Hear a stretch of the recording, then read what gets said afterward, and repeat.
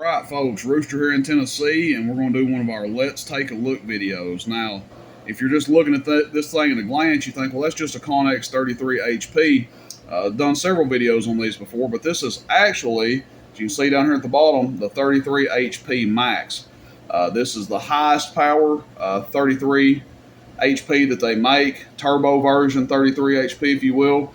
They have taken the very popular design of the original 33 HP that has changed very little over the years and added a amp section to it to where it's now a high power radio, higher power radio, I guess you'd say. We'll get to that towards the end of the video. We'll do the output test and everything. Keep in mind, this is the tuned up version. You're not going to expect this performance if you just get one out of the box or just keep it stock. This radio has been optimized, tuned, however you want to refer to it. Again, let's take a look video. We always just go over all the features of the radio. This one will be no different. Although we have done the Connex 33 HP before, might as well get into it for those that aren't familiar. Very basic controls on these. To me, these are like the Cobra 29 of export radios. They're one of the most popular designs. These, the General Lees, they're basically the same radio, but very, very popular radios with the basic necessities you need.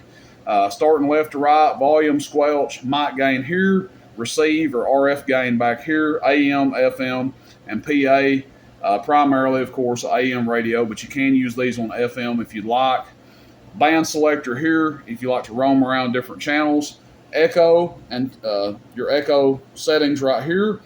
One of the switches they've made over the years is making this a separate from the talkback, which is up here. The talkback is on right now. Hello? Audio. Audio. Audio. Just using the internal speaker, so talkback is decent on these. There are radios that have better talkback circuits on them. But it's decent. It's enough to get the job done. It doesn't squeal. We got the mic gain over halfway, and it wasn't feeding back on us, so that's always a good sign. Nice, pretty blue LEDs in the channel selector here.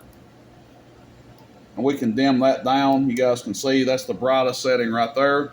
10K hop over here as well. If we turn the talkback off, we can leave it off. Or you can have your plus 10K switch down there at the very bottom. So you can't run talkback and the 10K switch. They just decided, I guess, if you're splitting channels, you don't need to have your talkback on. So those are your settings there. High and low power, you can adjust the settings for that on the inside of the radio. We try to preset them for what we think people will be using them for. So they are preset on this one. Again, we'll show that with the output. And then your noise blanker, pretty quiet receive, just bare static in there, the minimum. But a pretty quiet receive, especially for an export. Yes, we are on a dummy load, but as I've said before, lots of radios will pick up static even if they are on a dummy load. There's your receive. This is just dummy load to dummy load, so.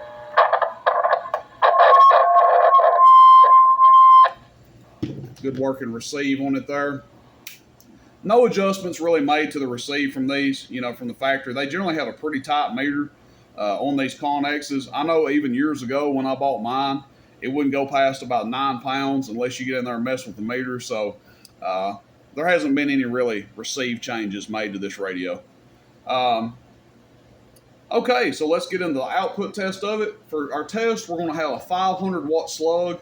So we'll be looking at the middle scale on the bird meter. Our test voltage is 14.9.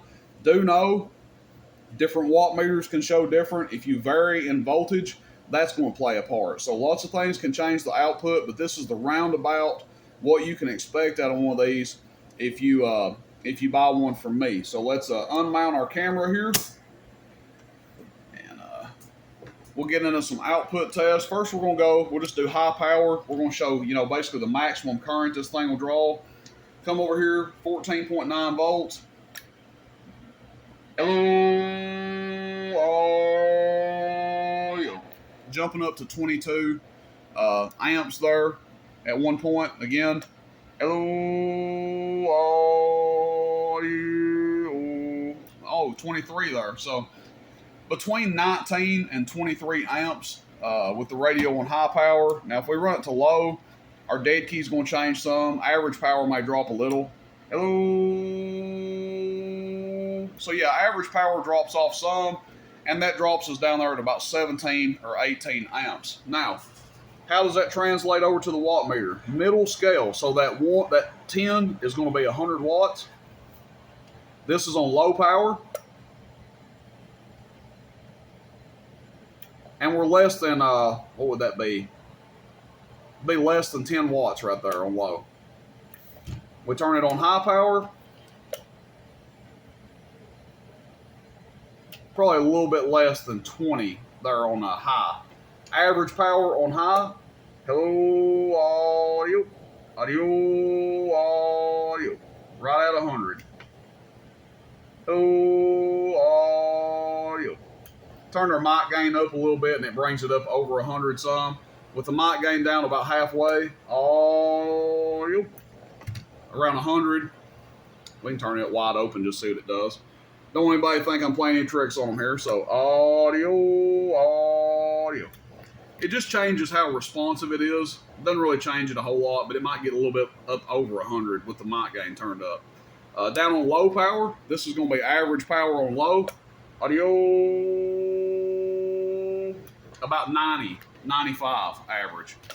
Audio, lots of swing. So no problem maintaining lots of forward swing even on average power. Let's go to PEP and see what it does. Back up here a little bit closer so you guys can see. This is on low power, PEP, middle scale. Hello,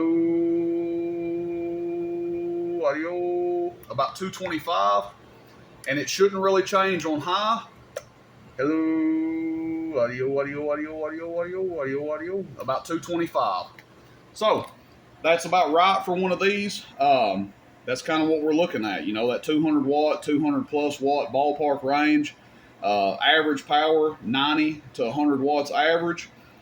Perfect to run into something like a 8-pill standard 2879. It would probably cruise into one of those all day long and never give you really any problems. Now, of course, you may have to fine-tune your dead key to what you want it to do. Obviously, different setups, the dead key can change a little bit, but that can be adjusted on the inside.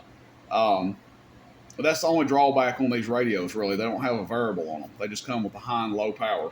Some people like that because that's less that they have to worry about getting out of adjustment.